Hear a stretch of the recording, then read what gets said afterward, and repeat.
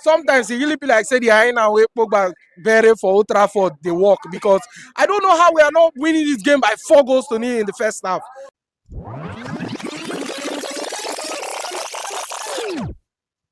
It was quite a scare. Manchester United surviving this one. 3-2 against Burnley. Thoughts on today's game? Kobbie Mainoo should go on loan first. Let's start from there. Then we need another goalkeeper. In fact, we don't have a goalkeeper first. This match, I don't know why fans would want to say Amorim should leave. This one said na Amorim. Like, you are seeing these players, we dominated in the first half. Sometimes it really be like say the hyena wey Pogba bury for Old Trafford they work, because I don't know how we are not winning this game by 4 goals to nil in the first half. With all assurance that we are coming back to at least win 3-0 and let's go home. And then Mount left. I don't know if he's injured, because I'm actually suspecting that, because there was no explanation to how Mount left that team. Maybe it's Kobbie Mainoo to stay. If you want to now bribe Mainoo, is this the performance that keeps you in this team? Mainoo is slow. Mainoo cannot work for Amorim's formation. At this point, we are either choosing between Amorim or Kobbie Mainoo. The two of them cannot work. It cannot work. The same way we said we judged about McFred. The two of them not working. It's the same thing. Kobbie Mainoo and this formation does not work. That's my thought for this game. In as much as we won, yes, we want to cross over to the finish line, but with this performance, in this second half performance, man, I cannot even say I am disappointed. I just want to say I am tired of this team. I'm tired, honestly. Tired.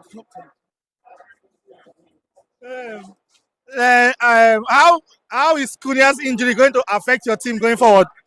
Okay, so first of all, I would want to say Cunha's injury personally, I would want to say it might be a blessing in disguise, but that is where I would also want to fault Amorim's selections. I don't know if he intentionally did it, or like you said, he wants to bribe some players to stay, because we saw it was because of Cunha and Mbeumo that Bruno Fernandes cannot play a 10. And you are now turning Bruno to a central midfielder.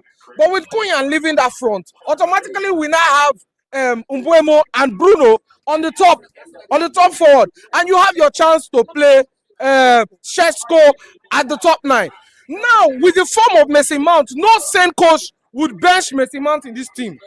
Move up Mason Mount to that midfield. Casemiro is our only defensive midfielder that has sense right now. In as much as Odeji is holding this guy, but keep Casemiro in that midfield and Mason Mount. We work like that. Zexi and the rest of them that are on serious should come for the second half. I honestly want to see. I've seen Zexi perform good for the second part of last season before the injury.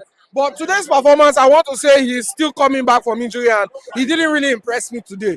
But I want to see Zexi coming up for second half for next games. That's just it.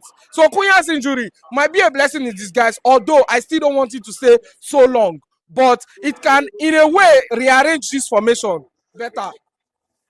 Let's talk about Mbeumo's performance today. Getting a goal, a wonderful goal. Mbeumo is I want to call him my man of the match, because Mount didn't play all game. Because Mount in that first half was exceptional. But second half, Mbeumo put up the performance in that team when it was looking like they were letting us down.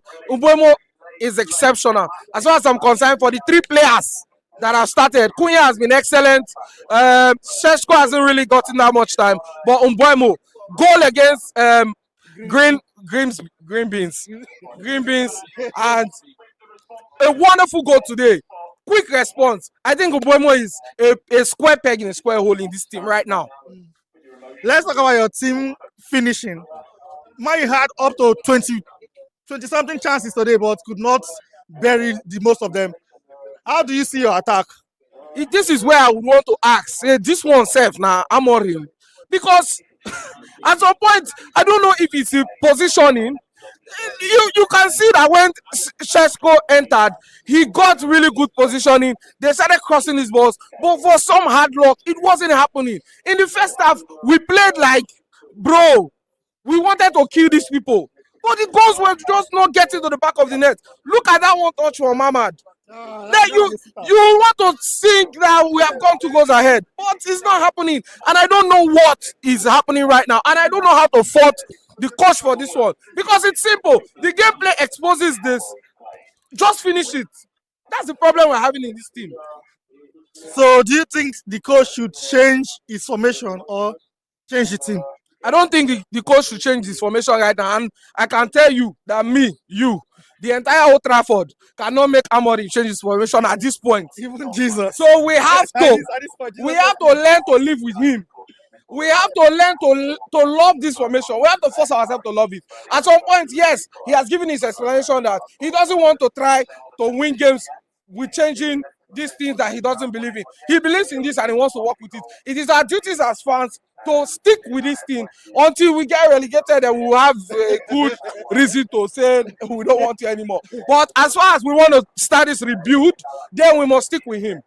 So I don't think the formation is the issue. It's these players now imbibing, and we can see it.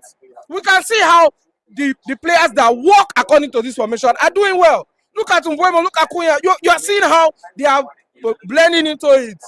But it's not really about the formation, honestly. You just need to take out the players that does not fit into this formation. Kobbie Mainoo number 1 right now. Dalo number 2. Dalo number 2. Dogu is giving me preseason vibes, because the Dogu I watched in the summer series is not the one that is playing in this league right now. The Dogu in that preseason looked like he fits this formation, but right now, no crosses, no take on that has head. You cross ball and nobody is there to even get. So I don't know. I think I want to stick with Amorim because I cannot change him. So let's join him. We cannot beat him. Let's talk about your goalkeeper today, Ben Yedder. Do you think he should have done better? A better upgrade to Onana right now, but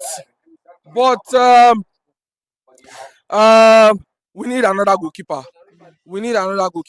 Bayada cannot take us going forward, but he's better than Onana at this moment. So rate your players and let me hear your man of the match. Like I said, I would want to rate Mbeumo on that top. I'll give quick. Should I name them one by one? That would take so much. But I'll give Mbeumo my man of the match for that outstanding performance today. I would want to rate Mount, despite the fact that he left early. I would want to rate Mount second on that. And who else really impressed me today? Ahmad was giving me off and on vibes. Bruno, I wouldn't really rate Bruno. I wouldn't judge him per se, because Bruno wasn't playing in his rightful position. He's trying to imbibe into a new position, just like Ahmad, trying to, impress on the right wing back. And today, I think he did so well going forward, apart from that setter that he did miss. And of course, he won us the penalty that gave us this miraculous victory at the end, because at some point, man, we thought it was ending on another draw. So I think I will go on that order. Mbeumo, Mount, Ahmad, and Bruno. So in the end, a win is a win. Manchester United 3, Burnley 2. Thank you.